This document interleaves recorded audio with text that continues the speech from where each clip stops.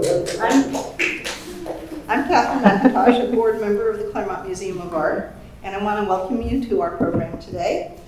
First, I want to thank Rebecca Hamm for organizing this wonderful exhibition with the three artists, Dina Capparelli, CJ Jilek, and Kitchell. Thanks to all of you for coming to speak with us today.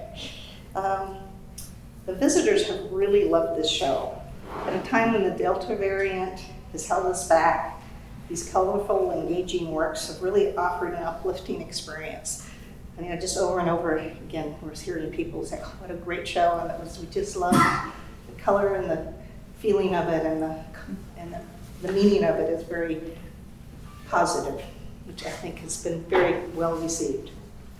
So our moderator today is Rebecca Hamm. She's the Director of Arts and Enterprise at the Tierra del Sol Foundation, and has been for many, many years. And she's also served on the museum's exhibition committee for many years. So we look forward to hearing all of your insights and the creative concepts behind your work. Thank you, Catherine.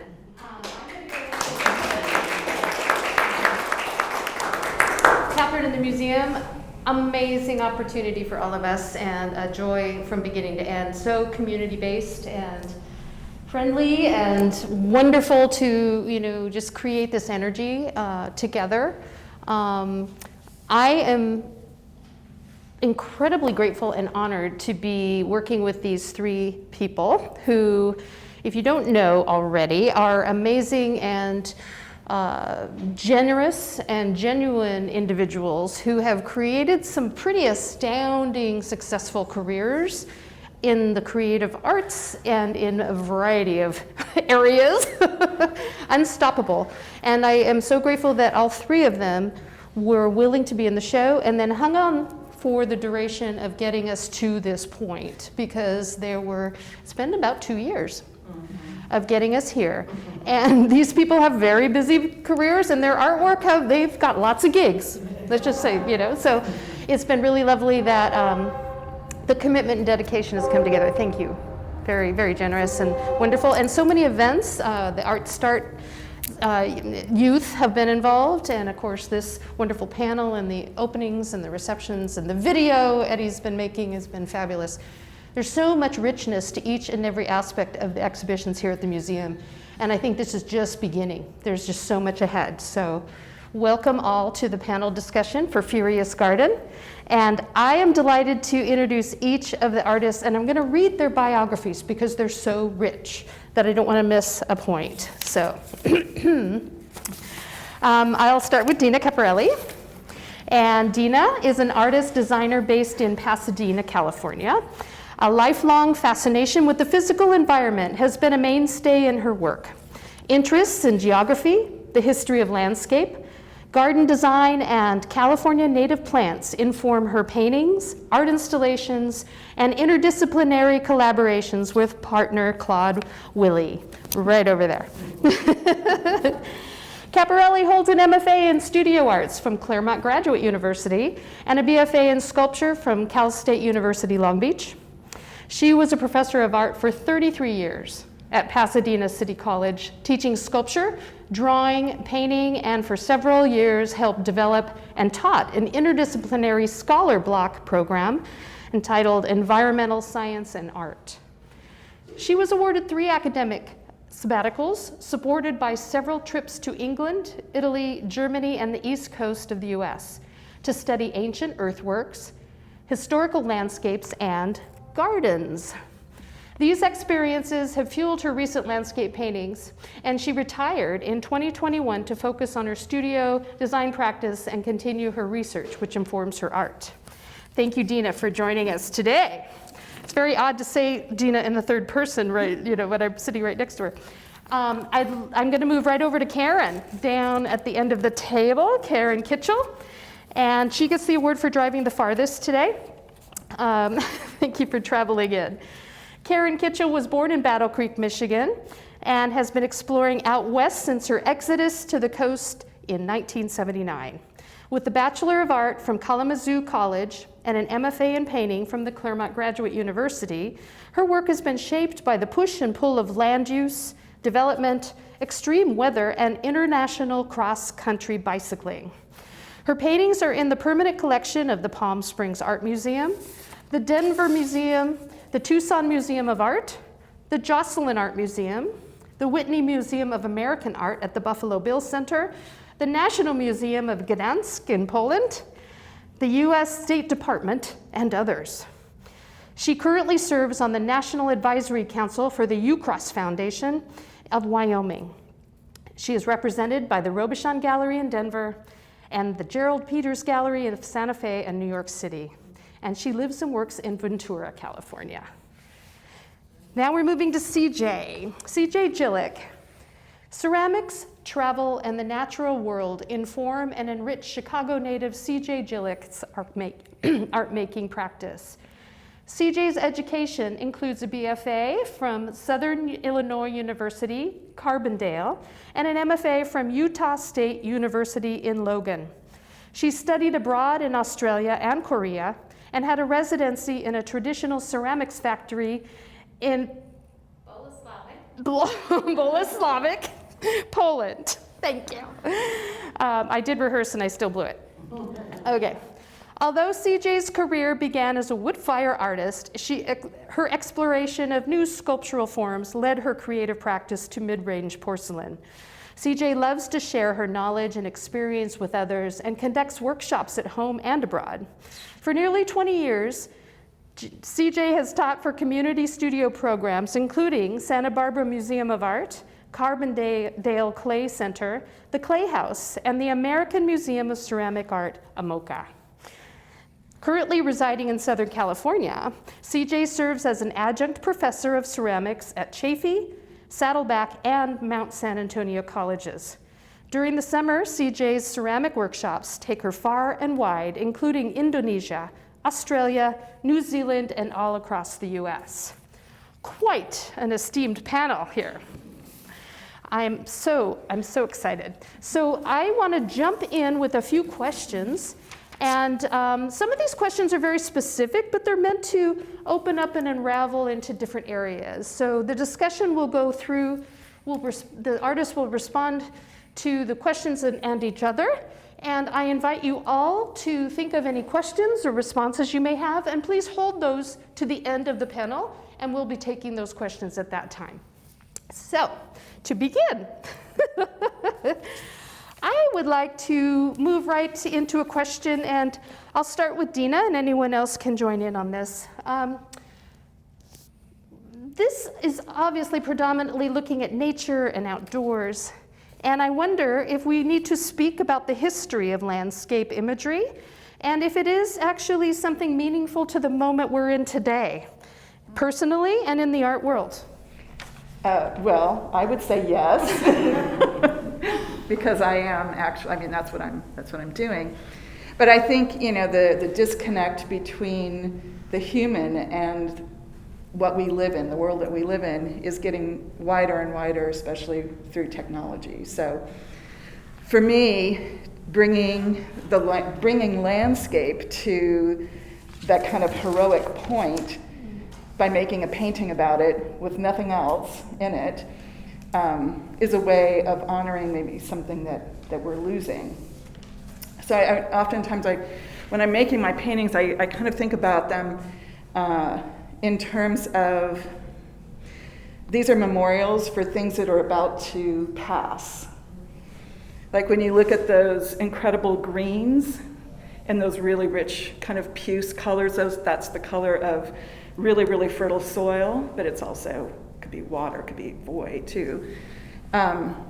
Particularly in California, you know, when we're in another drought, water crisis, and I really don't see that we're moving out of it, that the paintings for me are a way for me to kind of meditate on things that I've seen. They become memories, they become dreams, places I want to be, kind of, you know, honoring that way. Yeah. That's great. Well, I didn't address the history of it all, but obviously it's something I've studied a lot of. So. Right. We have a vast experience with that. Do you think that part of who you are and who you've been over all your lifetimes of study and being an artist all these years informs that aspect of history as well? Yeah, especially because I became really interested a long time ago in how humans have manipulated the earth and informed the landscapes that we see. Whether you think that they have or not, they have forever. And starting with indigenous cultures manipulating things around them so that it would grow the food that they were most interested in eating. It wasn't agriculture, but it was an early form of it. And those manipulations sometimes we think are completely natural without the human touch. So, from that to these really grand scapes and, monolithic stones and all of those things have been really important for me. And I like being in them, I like looking at them, comparing them. Yeah. Being part of that. You were saying how we're losing this touch to nature with all the technology, and that's something I'm trying to address in my work as well. Mm-hmm. But I'm doing it from a much more microscopic level. So when I was in high school, I was actually on a horticulture team, and we had to identify plants just from stems and buds. We didn't have blooms and leaves and all these things. So I've always looked at nature on a very microscopic level. I was always fascinated with everything in the microscope in science class. And when I'm making my work, I'm trying to grab the viewer's eye from afar, but I try to give them this amazing reward of detail if I can get them to come up close and look. And I'm hoping that, they'll remember that feeling of exploring nature and slowing down and really looking. Mm-hmm. And I hope they'll have that relationship, between my work and when they walk back out of the gallery and get back into nature, hopefully. It seems pretty obvious to me that all three of us care a great deal about the craft and are up to a lot of hijinks about how we're employing craft to lure audience in. For me, I would say the last 30 years of my practice has been exclusively about dealing with the history of landscape painting. Not just actual land history, but really trying to inform myself and manipulate in the work what landscape painting has been, what we're expecting from one when we encounter it, whose landscape we want to look at, and what we expect a landscape painting to look like. So in the description for the show, when I use the words naughty and unexpected and subverting pastoral expectations, these are all of the things that I start with. The fact that it ends up being some version of a landscape painting is somewhat ironic because the ideas often come from a newscast or something in the paper or a strip mine, that I see on a road trip. So for me, the story has always been trying to learn how landscape painting has functioned throughout history, and then twisting that or amplifying that depending on what the individual topic might be. So I think that's fascinating, and I hadn't thought about that aspect of a current event informing the impetus to make something that, as you said, manifests in a landscape. Absolutely. For example, I have somewhat of a darker view on what I think the artwork is doing because I have a great respect for artists that are actually doing restorative work in the landscape as their practice. I mean, if a landscape painting is going to fix some aspect of nature, I haven't really seen that yet. It's more us out there with shovels or lobbying politicians, changing our behaviors. These are the specific literal things. So a landscape is playing with something in our minds and in our desires and So I just try to see what's happening to the land. You know, the land and land politics is really an actor in my brain, even though it might not be, you know, an illustrated narrative or episode in the final picture. But it's my total impetus, like where does this stuff come from, and how can we be in this version of the 21st century globally? And there's a lot of very easy, seductive landscape art still being made. It's like, how can you do it? I mean, I can't do it. I wanted to show a mark that it was in its time now, something. So to me, all of our artwork has something that's not really reading from the old script. You know, we're all kind of poking at something. And that's why I like you. It really, truly is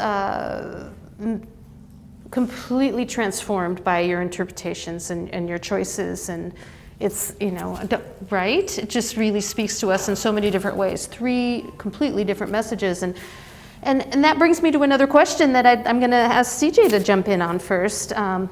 The idea of messaging or speaking to issues, social, political, environmental, gender issues, human issues, civilization, all of those things we're completely wrapped up of it, and I think that we're all so much more sensitive and aware to their presence. They've always been there, but it's now we have a presence. And so each of your works, by sheer nature of being so sincere and from you, they speak volumes. Can you speak a little bit about what your intention might be, or where those messages come from, or what you bump into? Right. Well, with my particular work, I started this particular body of work when I lived in a very conservative part of our country. And I wanted to speak a little bit more about sexuality and acceptance and adaptation. And so all of that sexiness has kind of developed in the work itself. And I thought I could get more bees to honey if I actually put this in a subject matter that people relate to. And so since flowers put their sexuality right out there on display, I thought that's the perfect way to go about this. And so with my work, I am trying to push and question everyone's ideas of beauty. You know, everyone thinks something else is beautiful than our, you know, neighbor or partner. And we all have natural attractions, and they're not all the same. And so I wanted to create work that really makes viewers question that. And, you know, if you catch me in my studio, I'll often refer to my work as her or him.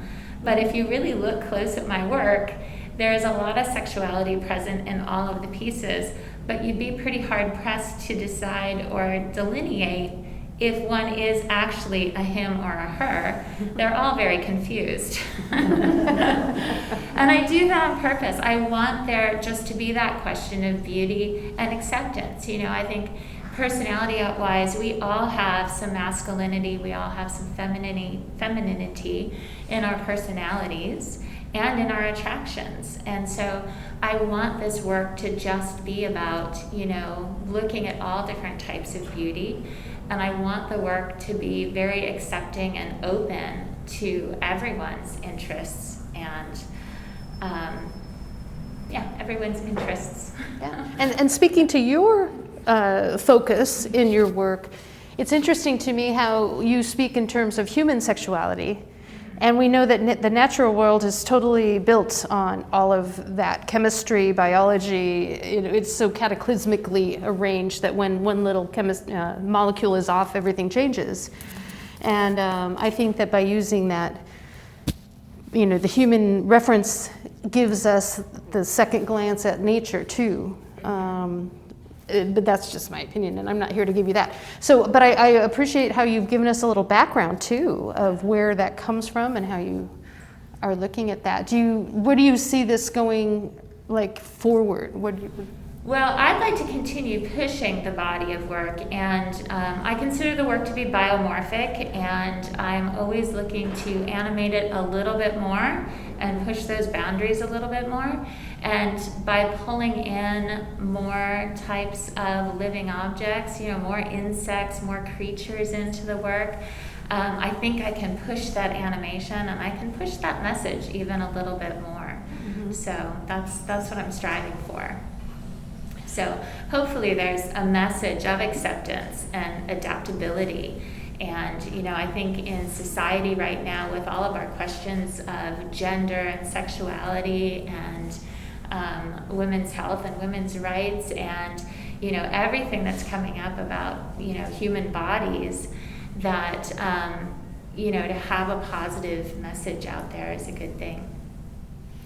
That's wonderful. And I know that both Karen and Dina here have addressed issues, powerful messages in the work.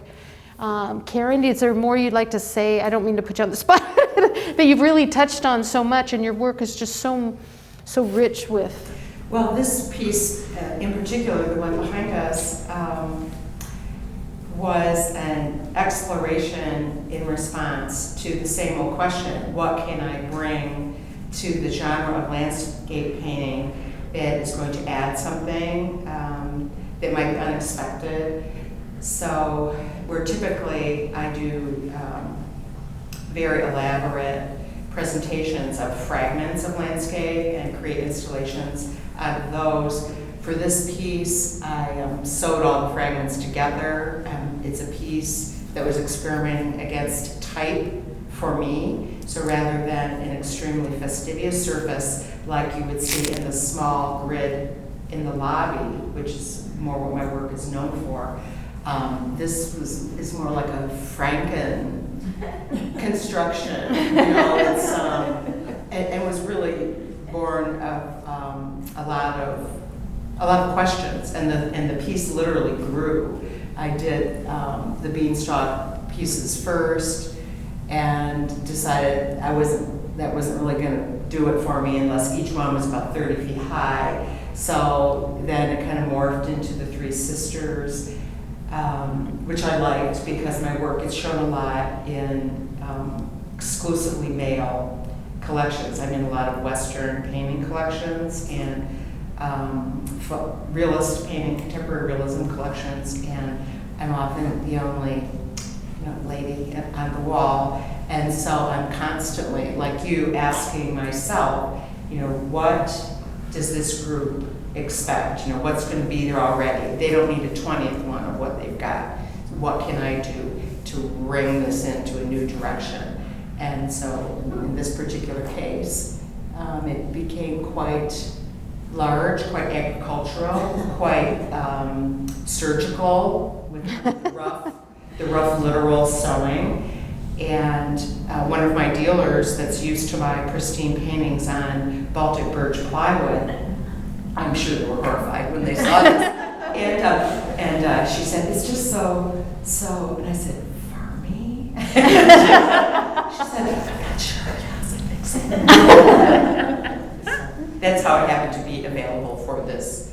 I was working on it, and then the cancellations started piling up. And so then I had more time, and it got bigger, and in a way, all the pressure was off, because nobody was shipping anything anywhere. So it's kind of a wonderful conclusion that it ended up here with these other naughty ladies. Oh, that's an amazing story, right? Don't you love hearing the backstory to, the event that you get to see, the part of soaking in the work, and then there's this whole world around it that with these artists is really delightful to find out about. Sometimes you don't want to know for the other artists. Dina, you've worked so much. I'm throwing this in a little bit, but I remember you and Claude making an incredible installation at the gallery at Chaffee, the Wignall. Wignall? Yeah, Invisible Trajectories. Yeah, and so much involved with environment and changes and depth of research. And is there anything that comes through with these paintings, or is that you talked about shifting your materials, Karen, which I find fascinating to meet the need of this piece. Yeah, I had to shift. So, Claude and I did a 7-year project out in the Mojave Desert called Moisture, where we were trying to, it was out near Hinckley. So there's the history of chromium-6 pollution in the water. We were able to purchase some land with the Center for Land Use Interpretation, and so we were doing a remediation art project and trying to grow native plants that were also food sources. And we were working with Rainbird on a product called dry water to see if that was enough sustenance to stimulate growth for these plants. And there's all kinds of fabulous stories and crazy things that happened. But after 7 years, my parents got ill, and I had to step away to take care of them. And then I got really sick. So, and then I lost part of my foot. So when you're looking at these paintings, the paintings are a way for me to walk through landscapes that I really can't, or I have trouble walking. And so it's been a kind of an interesting thing going from this very minimalistic but very intense study and research, and then our Invisible Trajectory project was really similar, looking at movement and transportation in the Inland Empire, which also it's all connected to those ideas that we worked on for a lot of years. That when I felt like, okay, well, now I can't do this. I can't go out to the desert and work on my project, so I'll start doing something else. And then I started doing this walking project. I was looking at cadence and all of these things, and then I can't walk. It's like, what the hell? Like, what is up with this? So from that, I just thought, well, I am just going to make all the things that I know are disappearing. I'm going to do it in this really spectacular way. And so they became kind of like these dreamscape memorial paintings, and I just meditate in them. Dina, have you ever approached that as any kind of inventory? Like, you're meditating on things that you sense are disappearing? Do you keep track? Yes. Do you have books? Or? I do. Yeah. Oh, yes. I have lots of notebooks too. So we might actually be seeing specimens that are referencing an endangered species or place. Right. That's really cool. Yeah, most of them are, it's a combination of space and species. And then there's also this other kind of medicinal thing, like understanding like how useful all of this plant material is that we don't think of as useful, because most of our medicine now comes from, chemical compounds based. Yeah, right. Right, so, there's some that are about poison, which you probably wouldn't know. Some of them are about food. Yeah, some of us, yeah, that's right. I know. Yes. But, so I don't talk about it that much, but it's really, really, really important in the work, because it's a way that I can kind of get it out and kind of get in there and be playful with it and make it, something beautiful and palatable. And I want them to be these journeys, like you look in there and you're like, what's that? Kind of work your way through the paintings. So, yeah. But it is interesting. I don't think it would have happened had I not had all those physical problems. So, sometimes, trying to find the good out of something. I was getting really frustrated. Like, what more could happen? Like, okay. I don't ask, you know what? The pandemic for me, it just meant I didn't have to leave my space, so I was teaching online, and then I could go in the studio and I could work. And so I tried to make it incredibly, incredibly productive. And then also it was a way of, avoiding all of the horrors of things going on in the world. Right. So, yeah. I don't avoid them, I just... All of you are so incredibly sincere and transparent in your sharing with all of this. I love all these stories, and, we all we all feel so deeply when we hear the humanity behind these objects that are kind of the memorial to the experience of the artists themselves too. And I think of the idea, and this is kind of coming just from the discussion too, of the idea of the shaman or the bridge maker, the center hub, and just the idea of maybe speaking about the artist's role of being at the center of so many different schools of thought, or these political intersections or these social intersections that need to be happening. And I just value the artist's role in that so highly. Can we speak a little bit about what we see as maybe what is the artist's role as we go forward in this world? I don't know. Anybody want to? Well, I mean, the artist has more than one role. Obviously, the artist to me is a mirror. Is very available as a powerful mirror, so that what you're seeing is really, what you are and where you've been. And then also, ideally, we're leaders in adding something new, whether that's scholarship or point of view or technical information. I think at the professional level, it's exceptionally important that we are leading and reflecting if we want to be relevant to the time we're in. A lot of artists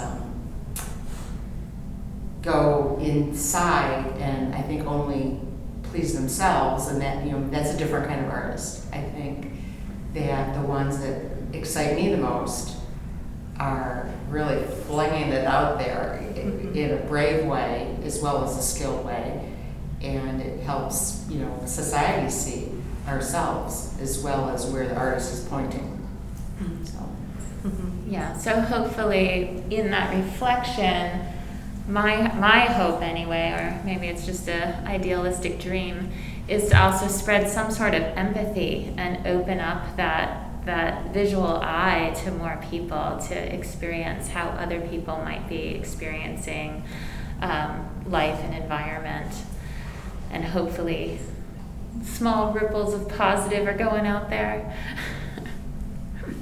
Well, as women creators, I also think a lot about the deep history of feminism and all the women makers that have existed in history that never got the title of artist. And I take that very seriously as I consider how to bring work into the world. What's it going to look like? Who is it going to challenge? How can I represent for the women I know that are painting hikes they can't go on, showing, these are brave works, and landscape painting coming from women has a pretty bad rap historically. I mean, in terms of wanting to make powerful work, it's probably the worst thing any of us could have chosen. The expectations are low. Everybody who wants to make art or try art or do the first class, come on, admit it. Watercolor outside in the landscape where it's pretty. No one wants to look at the stuff that isn't pretty. So I think women working with nature content have a big opportunity that we haven't even started to get to yet. That's an exciting challenge to all of us. That's what I think. And what I hear in that is something that is not unique to our experiences, but maybe unique to somebody who's been able to really have the power by just showing up, right? The rarefied moments to make the best things happen in those opportunities. When there's a platform, to make sure that platform is done well, and we don't miss that opportunity. And I think that's, you're thinking about, making sure that the messages are clear and all those good things. And the pieces that I look at in these two rooms, these two spaces, have so much attraction to them. Color, familiar shape, and those personal references that for sake of a better term, kind of traditionally are very pleasant. But then when we're caught in the web, when we're brought in and reeled in a little more, we see much more of the serious and intensity of the message. And language and story, metaphor, titles for work. I always find that an interesting question to bring up with artists, because the work is the work. It's really powerful. And then there's the titles and stuff. But can we talk about your use of titles and message or reference to storytelling? I mean, we're here telling stories right now about the work. So I don't know. You want to start with that, Dina, or? I probably have the funniest way of titling my work. So, I collaborated with Claude for many, many, many years, and so I had to find ways of pulling him into my practice. And he is really scholarly. He's like shaking his head. No, he knows what I'm doing. He usually knows what I'm thinking, not always what I'm thinking, but what I'm thinking about my work. And so he finds fragments of sentences in his readings, and he just writes these big, long lists for me. And it's like a Dadaist poem. So at the end, when I'm done with a body of work, I take his list, I look at them, and I just start assigning them to the paintings I want them to be assigned to. And sometimes they tie in really well, and sometimes they're just odd. Like an arm or a foot or something, But anyway, I find it, they're pretty provocative, and it also, I think, helps to draw you not only into the painting, but thinking about, is there or is there not a relationship to this piece in the title? And sometimes the title actually is quite interesting, just outside of the work. But as a literary souvenir. Souvenir from someplace else. And oftentimes, sometimes it does have to deal with landscape. A lot of them come from science fiction stuff, but sometimes they don't, like if Claude's reading about Africa, I could end up with something. I don't know if he has put a sentence or two in there from, nope. He doesn't know, possibly. It's brave to let go of that job or opportunity or burden, however you look at it. Because for me, usually my titling is giving you a key to the right door. Start here. And with this show in particular, my cohorts here were very generous in letting me offer the title for the exhibit, which was a title I was referring to with a bunch of work I was doing at the time. And since it looked like we were never going to have an art exhibit again, with everything closed, I thought, okay, let's just use Furious Started now. And that came about specifically in reflecting, preparing work for other shows.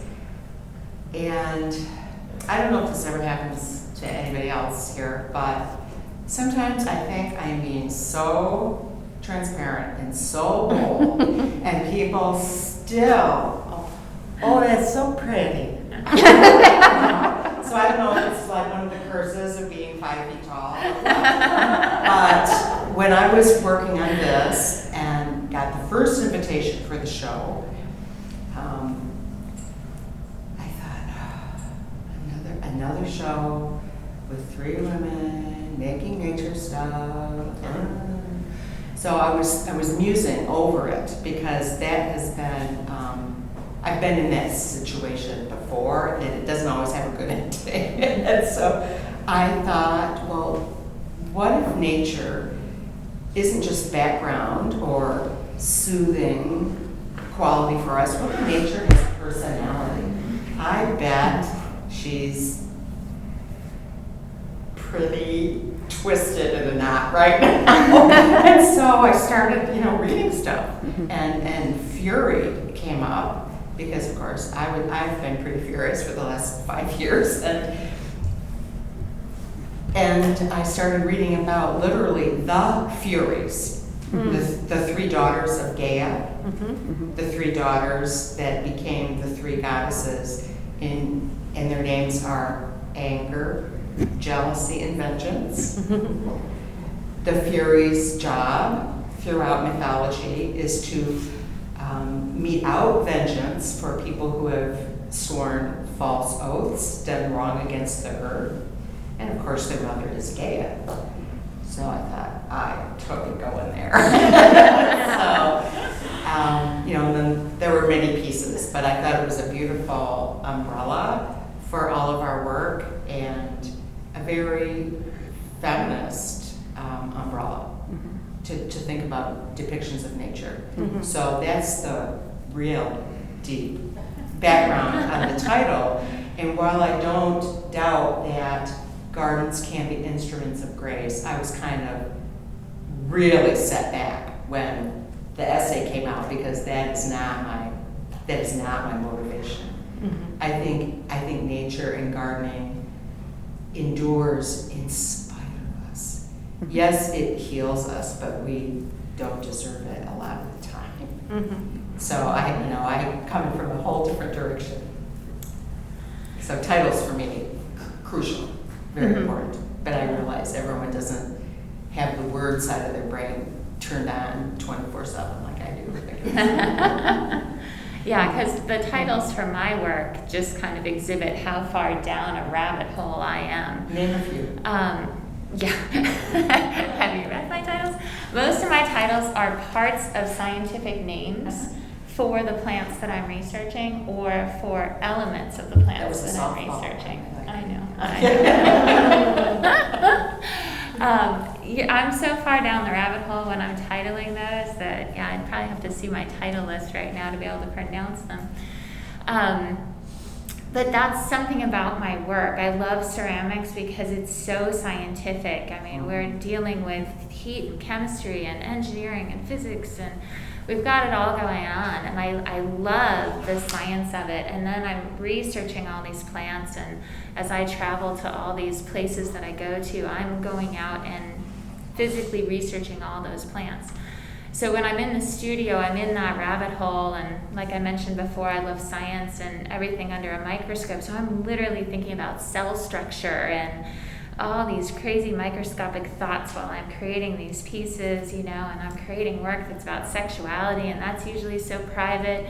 So I'm just kind of like in my space. And the titles of my work tend to be just that scientific side of the rabbit hole I'm existing in while making the work. There's only a few titles that pop out of that, which are two different series that I'm working on, one being Instinct, and so that's the piece in the center of the room, and those are pairs of pieces that are always displayed together, showing that relationship or that instinct of attraction. And then my other series that I've been working on is Perspective, which that's again about relationship, but more about how different that perspective can be. And so that piece is the piece that's in the far corner.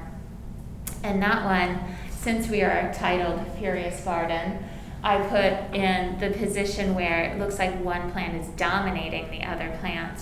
And yet, if you turn that piece around, it has a completely different feel about it, and it feels like one is just nestling or cuddling the other plant. So it's truly about perspective and how I choose to display it in any given moment. So, yeah. So I feel like my titles, I don't know that many people get my titles. I've had a few scientists that walk in the room and are like, I know that. I'm like, okay. But still, it seems like having a very cerebral, scientific reference, because they're not made up, they're real, Right. Would be a good experience of not giving people what they think. Right. So, Yeah. because we come to art with so many of our own ideas, even if the idea is, I can't look at art because I don't know anything. We come with a lot of preconceived permissions and barriers. So anytime you can shape that to one side or the other, I think it's a service for the art, for the audience. Yeah, yeah. I appreciated how all of you had responses to that aspect of titles and messaging. And it's interesting, Karen, how you said that, because I hadn't known, I mean, I knew your perspective on things, and you know, how you just like, I'm taking this show. Because when we started the show, the title came up like almost the surface. It's like, boom, you know, Furious Garden. We're like, brilliant. And, but it was just so right there. And when we were visualizing these artists, you know, we've been talking about the show for actually a few years, and then bringing people together, and then Catherine bringing in CJ2, thinking of how catalytic is the word that comes up in my mind. These three artists, their works are catalytic for me. There is no way that this, you know, this isn't like a sleepy landscape show that we were ever thinking of. But that context of breaking out of that, maybe the being isolated in the pandemic so long has like erased my memory of everything. But in the sense of feeling like this, I knew this was going to be a really dynamic show or a big blow up. And it's a little bit of both. It's a very immersive experience. It's very powerful. And as you see, each of these artists are amazing and can, you know, take charge of, you know, this building and more on their own as well. So to have these voices through visual terms come together, you know, I think about the nighttime when the lights are out. What happens in here? Those little energies. You took a lot of trust and a lot of bravery, because Rebecca invited us, but I don't think you really knew what we were bringing. No, but you know, and I guess I went through the human side of the show invitation as opposed to just measuring the work. Although I knew each of your works were just astounding and beautiful. What an experience to, I mean, it has been a eventful, you know, I want to say, I almost say era, because it's just been a long time that we've gone through these pieces and the ups and downs. And again, so gracious and willing to work together and make things move forward and push a good show together. You know, beautiful trifold, you know, and all these wonderful photographs. These people came equipped. So my job was super easy, super easy. And the idea of materials here, I didn't have a job really. Just got to play. But the materials are such unique choices. I mean, even from Karen's pieces in the front atrium to this, there's so many questions and thoughts about how that works, and the idea of what beauty is, and how beauty isn't necessarily a pleasing experience, but it's a deeply moving, maybe even stirring to the point of change and transformation. Maybe that's what beauty might mean in these kinds of messages that we get from this work. I just think it's a really important show that you've all brought together. And we were speaking about Betty. I want to applaud Betty and Brown for doing an essay for us. Brilliant woman, and creating insight to each of the artists' work. One of the things that Betty brings to the table that my paraphrase is that she feels the audience actually completes the work. You know, there's the artist and the artwork, and then there's the audience that actually completes it as far as your interpretations. And I think that's kind of a nice little segue into opening questions up to the audience, as well as asking the artist to interject any other ideas we haven't covered that you want to mention and speak to. But does anyone have a question or thought that you'd like to pose while we're here? Question. For Karen, so I'm familiar with work I've seen before, like at Claremont Museum, which was on grasses, and it's all been very much natural. And you mentioned this is very agricultural, and I know you have a vegetable garden now. Is that something have you done vegetable gardening forever, or is it more recent? And is there a connection? I used to stay away from talking really about things like my hikes and the bike rides we do and gardening, again, because I have had negative niching experiences from colleagues and curators.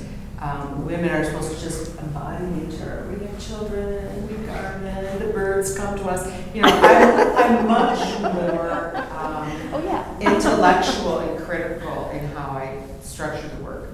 So that's been a more hidden part of my personal side until this show.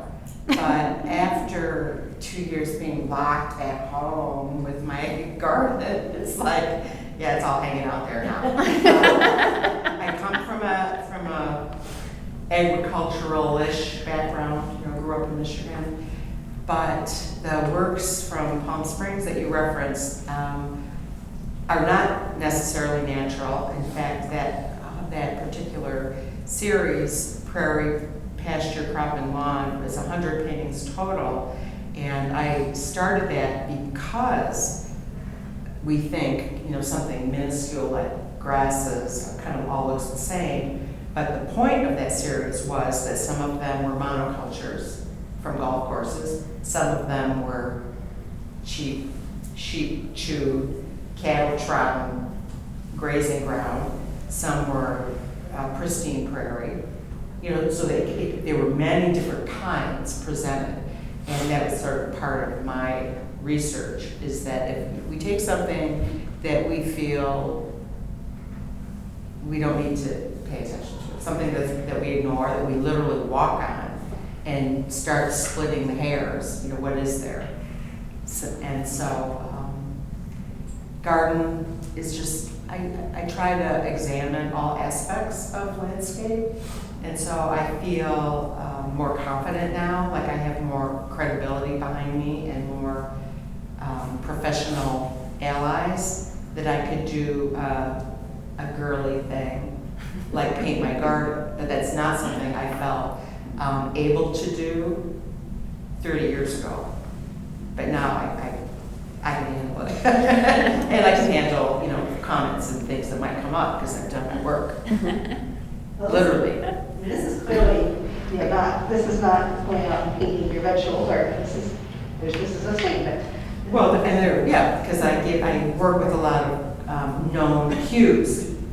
Make it big, make it messy, especially people that know all my really pristine work. You know, I'm very in key with your aesthetic of construction, but I just thought, watch this, you know? And so it's playing around with what's expected also. And I'm doing messy paintings and very finely crafted paintings at the same time right now. So, branching out. But how did you know it was going to be so dynamic? Oh, you never know. I mean, it's what you had to give here. So what if it had ended up being awful? I mean, in your mind. Being awful? Yeah, like, oh, this isn't what I wanted to display, but now I'm stuck because it's time to display it. Oh, no. I misspoke, if that's what came through. I don't think it's awful. I think it's boss. It's fabulous. But what if, you know. But it wasn't planned all the way through. Like, my husband can attest that sometimes the epic works have a lot of problems along the way because I don't know we're going in an epic direction. Like the 100 work piece, I thought was going to be like 4. And, whoops. So this just kind of had a life of its own, and if I work with this material again, I've got a lot of lessons that I can employ in terms of how to handle it and how the paint absorbs all of that. But there are many things I learned along the way that I really like the irregular edges, the technical ease of working in panels that you can roll to create a giant piece, which is kind of what I do with my grid works, but this is even more, more acreage. You can do it and put it in your Honda, which is what we did. So, yeah, we don't always know where it's going. I never know where mine's going. Because mine's all based on response. So I only start out with a path, or I start off with the abstract ground, and then I just start working forward. Does the size matter? Like when you pick up a little canvas versus a large one, or do you? Yeah. Oh no. I think it does. It does matter. I don't do too many large ones because I like to work on 5 at a time, and my studio just wouldn't allow me to be able to stand back if I was trying to work on one large and some of the other more moderate scale pieces. Do you work on multiple pieces at a time also? No. Because I do too. Yeah. Yeah, I can't really because I can't keep up with them fast enough. In terms of the them drying drying. out. Yeah. So I'm pretty much locked in. But they do kind of become like action figures, so I might get them made, and then I realize that these two really play much better together than these two. Yeah. So they really are attracted to their own little. There's just things happening in that studio at night. It's true. Yeah. So I have a pretty good plan. If I change my plan along the way, when I work large, I like to be able to move the piece around on my own, and I actually changed my plan on instinct partway through, so now I have a piece that I cannot lift on my own because I don't like having to ask for help. So, it's one of those female things. So I try to have a plan all the time and have everything engineered so that it either comes apart and goes back together, or, it's just completely functional. So, Yeah, I would imagine your work has a lot of engineering that you have to think. I mean, I didn't see you set up, but some of it comes apart. You have inserts, right?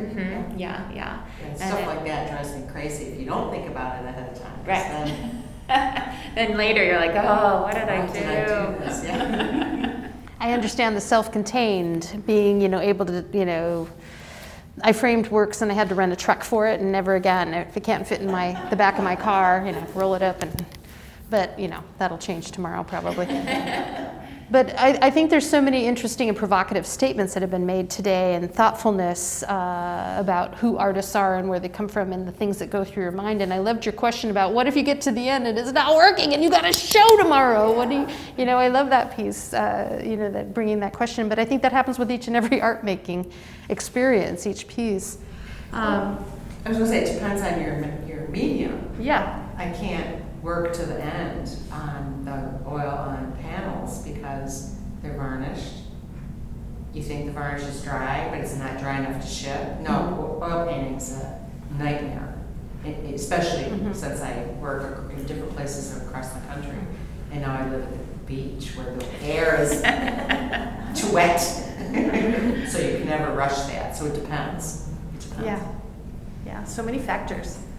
We should switch places, because, then I wouldn't have run out of time before my piece is dry. The best place I ever worked for oil painting was Denver. Oh, it was perfect. Mile high, 15% humidity, never got any.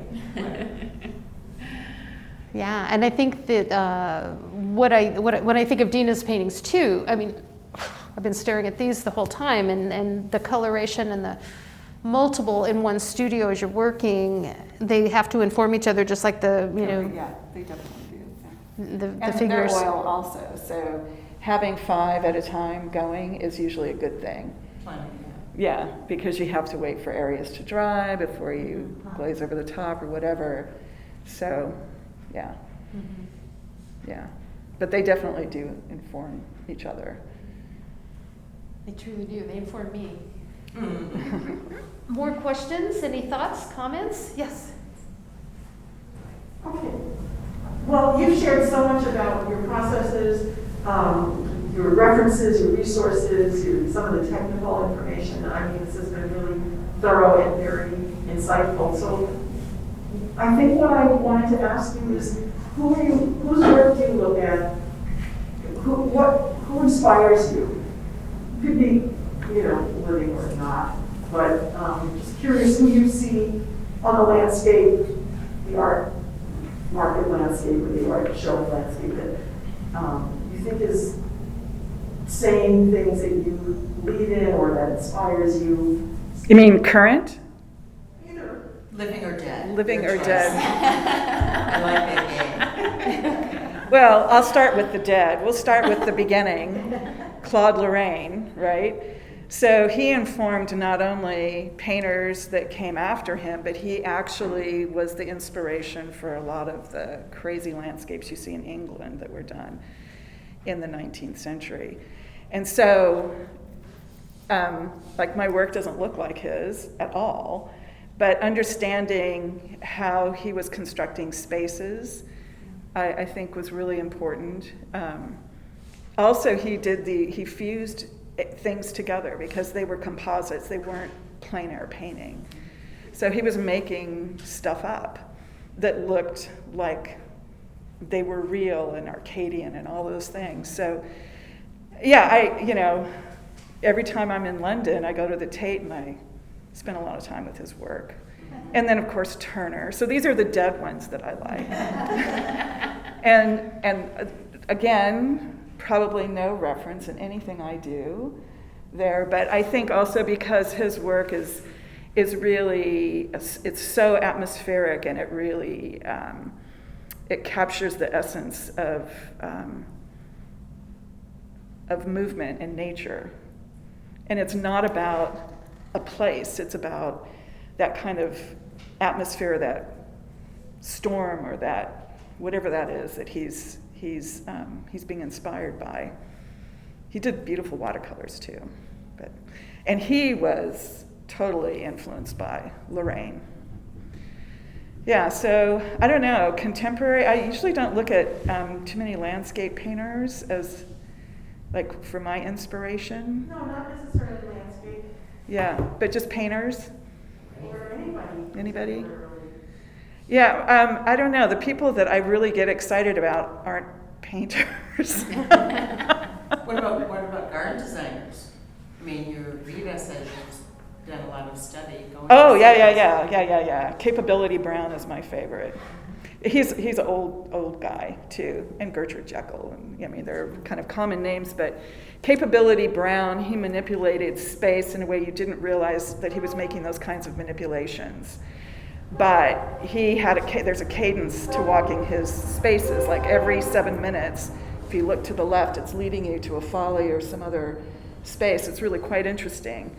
And they were designed so that the hunting grounds would allow the hunters to actually see the herds as they moved through these, I call them fingers, that kind of would be designed through these hills. And he used foliage as a way of coloring the landscape. And it was so subtle that people thought it was natural, but it wasn't at all. And so I think I visited maybe 10 or 12 of his landscapes. Really looked at those. So, but again, when it came to doing my paintings, I felt that because the paintings came from a different headspace, that I was painting things that I felt were going to disappear soon. And also kind of like the spectacle nature of, like, Lorraine has subtlety. Not Lorraine, I'm sorry. We're going back to Capability Brown, the actual gardener. They were called gardeners back then. There was so much subtlety in his work. And then when it came to doing the paintings, it had to be the absolute opposite of that. Yeah, kind of more in your face and yeah. You gonna confess, or? I'm back down the science rabbit hole. The science. I really am a science geek. So I'm actually looking at the old-time biological illustrations and studies. I spend a lot of time looking at those and a lot of photography, and I have an insane fear of water, so I can't go in the ocean, but I'm also inspired by a lot of ocean creatures and sea slugs and corals and crustaceans, and so I have to look at all that through photography because I can't go in the water. So I'm photography and science illustration, and yeah. It's worth it. Yeah. Well, my dead guys are Dürer. Really any Northern European painter of the era, but I've learned a lot about the detail and surface manipulation and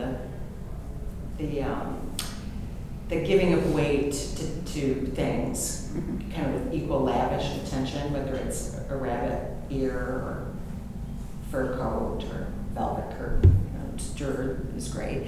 And then closer to modern time, my favorite American dead painter is Thomas Moran, one of the great Western expedition painters who, for good and for bad, has set American landscape painting off on its hobbyist path, I think, making these beautiful manipulations that can show weather and light. And he's just a master handler of materials. And I forgive him for working for the railroad and things like that, but he's great. And he's kind of, as I hold as a standard, and is one of the people who got me set off on my path of landscape investigation. Gary and I were living in Montana, maybe about 10 years after graduate school, and I couldn't believe how many landscape painters there were on Earth, most of them weak. So I started, with the help of Steve Combach, who's not here, reading and informing myself about where does this impulse come from? Where does this genre come from?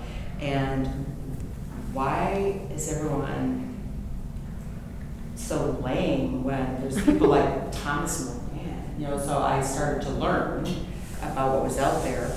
And then, of course, the natural scientist artists, such as Audubon, and then his 20th century progeny, a big favorite of mine, Walton Ford. If any of you look him up, he paints enormous watercolors, part true, part fiction, a brilliant manipulator of, using his craft as trickery to show you different things about life. And then another thing that we don't talk about as much on the landscape panels are the earth artists. And I'm quite intellectually stimulated by people like Agnes Dennis, people who, her infamous piece that she's perhaps best known for is she planted a field of wheat in front of the Manhattan skyline. And if you can pull that off, you don't really need to paint anything. It's gut punching to see the documentation from that piece. And then of course she harvested it and made flour and, fed bread. It's like, oh my God, I'll never make art again. It was just such a good piece. And so I have a lot of land art books in my studio also. So whenever, and that's a really good honesty check for painters, because anytime we think we're coming up with like a really good idea, a land artist has done it. They put the mud in the square, they put the grass in the room, they put the dirt in the room. Yeah. They've piled up the flowers until they die. They've done it all. And it's too bad that their ideas are so good, but it's not that persuasive visually. So that's why I think we need to know about them, and we need to, use their work. Major transition at times that brings to light different aspects of all those things, which I appreciate. Did you have a question, Clint? I just had a comment. When I see the show again for the second time, I think of a song by Sparks called "Never Turn Your Back on Mother Earth." Any of that? Because it's all about. Most people heard the song initially, they weren't really quite sure what the song was about, because the song was basically, wasn't this ode to a passive it was an earth that was going to get you. And that's kind of what's happened with the current pandemic. Right? David Quammen, the famous science writer, his book Spillover that came out in 2012, he uses the metaphor or analogy of the old barn. When you knock down the old barn, all the little spiders and creatures run out. And that's kind of what's happened to the world that we live in today. As we continue to contract the non-human natural world, these other things come out, and they're the things that are causing us the problem. But our desire is to control that, is to feel like that we have all our insight and our science to be able to constrict everything and keep it from getting us. But we're realizing that we're continually failing at that. There's an searching for a new art exhibit. I love that comment so much, to not turn our back on anything, and you can't really do that in this space. And I want to ask the artists if there's any other comments, thoughts that you'd like to share before we conclude this beautiful time. That's my question. Yeah? Well, I want to thank these artists' amazing gift of all of this.